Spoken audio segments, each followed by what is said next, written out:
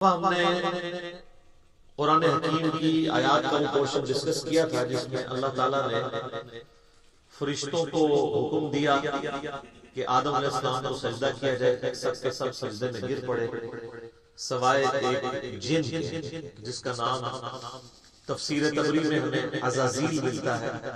اہل سنت کے ہاں معتبر تفسیر ہے، شروع میں لکھی گئی عزت والا، لیکن بعد میں ذلت اس کا مقدر ہوئی، ابلیس بن گیا، شیطان بن گیا، اس نے انکار کیا اور وہ متکبرین میں شامل ہوا۔ اس کے بعد حضرت آدم علیہ السلام اور سیدہ حوا کو اللہ تعالیٰ نے جنت میں بسایا۔ اب اس میں اختلاف ہے کہ یہ جنت وہی والی جنت ہے جو الٹیمیٹلی ہمیں ملنی ہے، یا یہ پروٹوٹائپ کوئی جنت تھی جس میں اللہ تعالیٰ نے کسی باغ میں بسایا ٹیسٹ کرنے کے لیے، اور انہیں حکم دیا کہ یہاں پر تم رہو، لیکن ایک چیز کا خیال رکھنا کہ یہ جو فلاں درخت ہے اس کے قریب بھی مت جانا ورنہ تم ظالموں میں شمار کیے جاؤ گے۔ اسی کانٹیکسٹ میں آیت نمبر 36 سے گفتگو آگے چل رہی ہے۔ اعوذ باللہ من الشیطان الرجیم، بسم اللہ الرحمن الرحیم۔ فَأَزَلَّهُمَا الشَّيْطَانُ، تو شیطان نے ان دونوں کو پھسلا دیا، یعنی راہ حق سے ہٹا دیا، عنہا، اس سے، فَأَخْرَجَهُمَا مِمَّا كَانَ فِيهِ، اور ان دونوں کو نکلوا دیا اس جنت میں سے جس میں وہ رہ رہے۔ اب اللہ تعالیٰ نے یہاں پہ تسنیہ کا صیغہ استعمال کیا، یعنی ان دونوں۔ کرسچینٹی کے اندر یہ چیز مشہور کر دی گئی کہ یہ سیدہ حوا تھی جنہوں نے سیدنا آدم علیہ السلام کو بہکایا، نعوذ باللہ۔ اور یہی چیز جو ہے وہ ہم مسلمانوں کے ہاں بھی پائی جاتی ہے کہ وہ حضرت آدم علیہ السلام کو بھی عورت نے بہکایا۔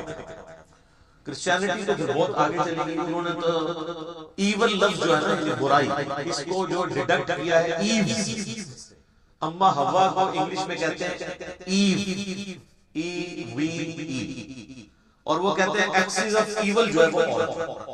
آج یہ لوگ عورتوں کے حقوق کی بات کرتے ہیں، انہوں نے تو یعنی اپنا جو لفظ ہے ایول، برائی، اس کو ڈیڈکٹ کیا ہے سیدہ حوا کے نام سے، جبکہ اسلام کہتا ہے کہ یہ سب کچھ ٹیمپرڈ فارم میں کرسچینٹی کے اندر چیزیں آئی ہیں۔ اللہ تعالیٰ نے ان دونوں کی غلطیوں کا ذکر اکٹھا کیا کہ ان دونوں کو شیطان نے بہکایا، ان دونوں کی غلطی تھی کہ وہ شیطان کے پیچھے لگے، یہ کسی ایک کی غلطی نہیں تھی کہ وہ کھاتے میں ڈالتا تھا۔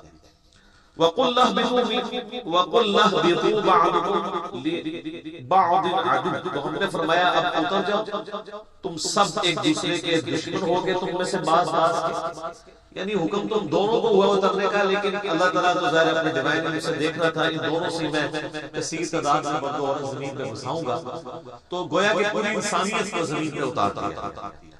وَلَكُمْ فِي الْأَرْضِ مُسْتَقَرٌّ وَمَتَاعٌ إِلَىٰ حِينٍ، اور زمین میں تمہارا ٹھکانہ ہوگا کچھ عرصے کے لیے، اور وہاں سے جو تمہیں نفع حاصل کرنا ہے وہ کر لو، یعنی اللہ تعالیٰ ریسورسز بھی پرووائڈ کرے گا، لیکن دنیا کی زندگی تمہاری عارضی زندگی ہوگی، الٹیمیٹلی تمہیں لوٹ کے ہمارے پاس آنا۔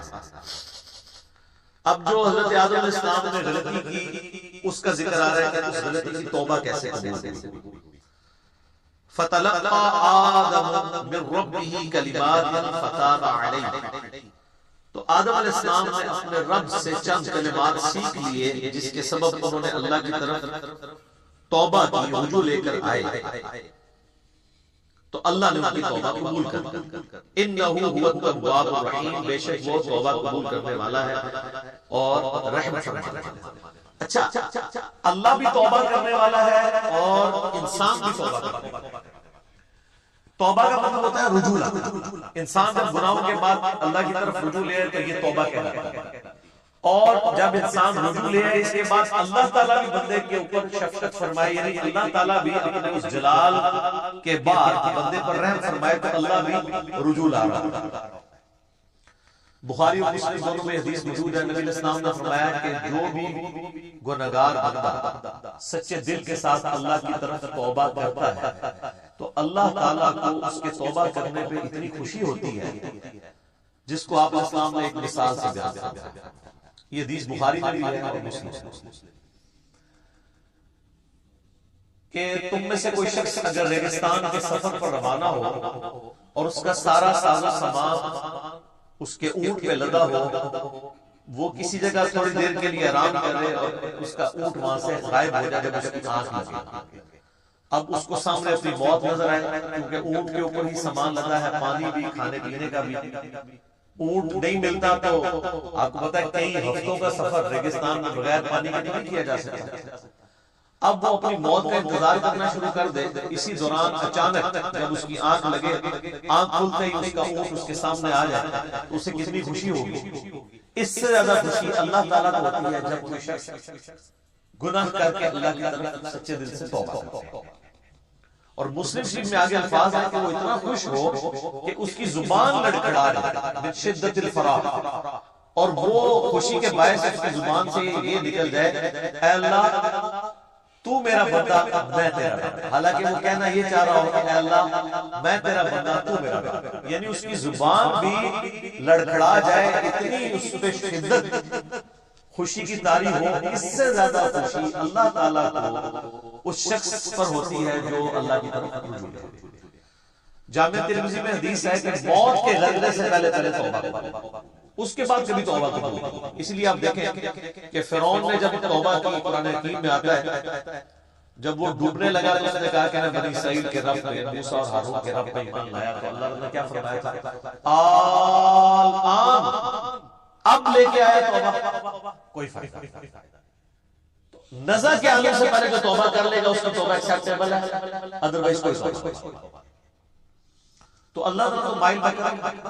بخاری اور مسلم دونوں میں حدیث ہے کہ اللہ تعالیٰ نے مخلوقات کی پیدائش سے پہلے اپنے پاس عرش پہ یہ عبارت لکھی تھی کہ میری رحمت میرے غضب پہ بھاری رہی.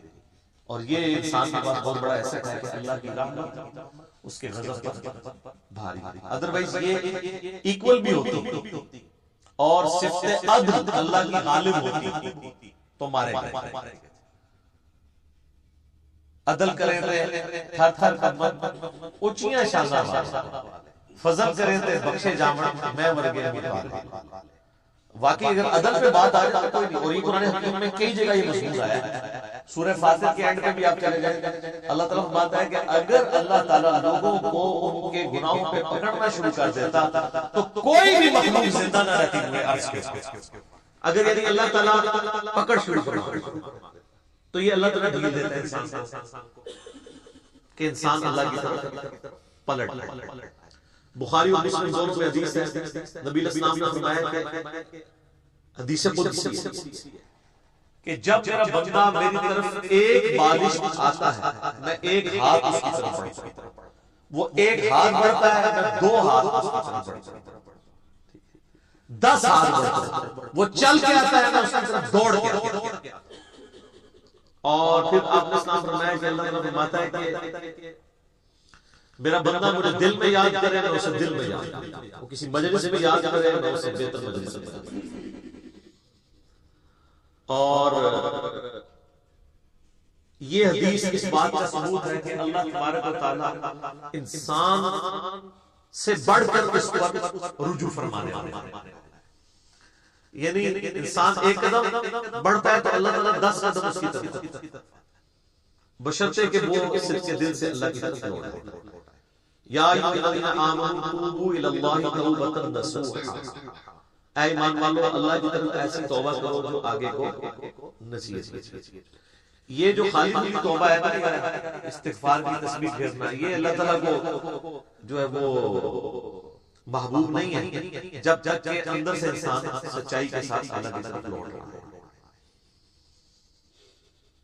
پورے قرآن حکیم میں کوئی ایک آیت ایسی نہیں جس میں اللہ تعالیٰ نے یہ فرمایا ہو کہ جتنی مرضی بغاوت کر لو اور اس کے بعد باغی رہو تو میں تمہیں معاف کروں.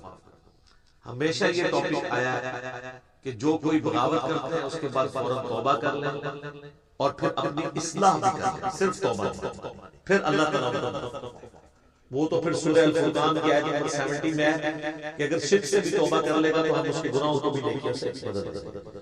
لیکن یہ جو آج کل دھوکہ دیا جا رہا ہے اللہ کی رحمت سے، اس میں میرا یوٹیوب پہ کلپ بھی ہے اللہ کی رحمت سے دھوکہ. اور لوگ کہتے ہیں اللہ تعالیٰ بڑا معاف فرمانے والا ہے. کس کو معاف فرمانے والا ہے؟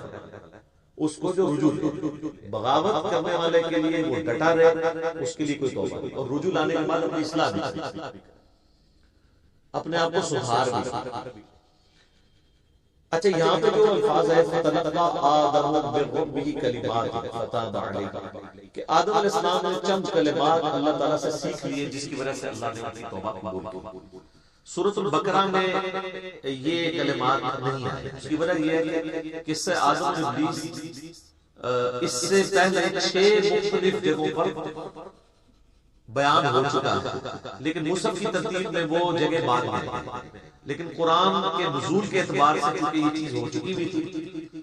یہ تو مدنی سورت ہے، نبی علیہ السلام کے اعلان بعثت کے عالم اس سمجھ لیں 15 سال کے بعد نازل ہوئی ہے، اور اس سے پہلے 2/3 مکی قرآن نازل ہو چکا تھا. اس میں وہ پوری ڈیٹیل موجود ہے سورۃ الاعراف کے اندر کہ وہ کلمات کیا تھے. ربنا ظلمنا انفسنا وان لم تغفر لنا وترحمنا لنكونن من الخاسرین. اے رب ہمارے، ہم نے اپنی جانوں پر ظلم کیا، اور اگر تو نے ہم پر رحم نہ فرمایا اور ہمیں معاف نہ کیا کہ ہم خسارہ پانے والوں میں سے ہو جائیں گے. اس سے آدم اور ابلیس قرآن حکیم میں 7 مقامات پر آیا. اس میں آخری مقام یہ ہے جو سورۃ البقرہ میں ہم پڑھ رہے ہیں، لیکن مصحف کی ترتیب میں یہ پہلا مقام ہے.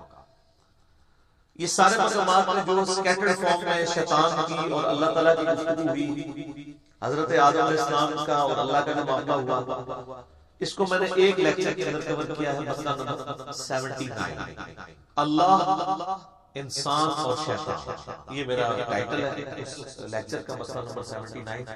اس میں نے ساری جگہ سے ٹکڑے اٹھائے کہ یہ والا پورشن کتنے حصے میں ہے، یہ دوسری صورت میں بیان ہو جس میں یہاں پہ وہ کلمات نہیں ہیں. البتہ ایک کمزور درجے کی روایت ہے المستدرک للحاکم کے اندر کہ حضرت آدم علیہ السلام نے اللہ تعالیٰ کے حضور نبی صلی اللہ علیہ وآلہ وسلم کا وسیلہ پیش کیا جس کی وجہ سے اللہ تعالیٰ نے مغفرت کی. پھر اللہ تعالیٰ نے ان سے پوچھا کہ تمہیں محمد صلی اللہ علیہ وآلہ وسلم کا علم کیسے ہوا؟ تو انہوں نے کہا کہ میں نے جو ہے وہ جب تو نے مجھے پیدا کیا تو میں نے تیرے عرش پہ تیرے نام کے ساتھ سیدنا محمد رسول اللہ صلی اللہ علیہ وسلم کا مبارک نام دیکھا تھا، تو مجھے اسی وقت پتہ چل گیا کہ یہ ہستی تیرے حضور عزت والی ہے. اب یہ حدیث تو حاکم کے اندر موجود ہے، لیکن انتہائی کمزور درجے کی روایت ہے. امام ذہبی نے تو بلکہ اس عالم میں لکھا ہے کہ یہ گھڑی ہوئی روایت ہے. اور انجیل برناباس جو قبلی کے اندر ایک مشہور ہے نا، اس میں بھی اس قسم کی ایک روایت ہے.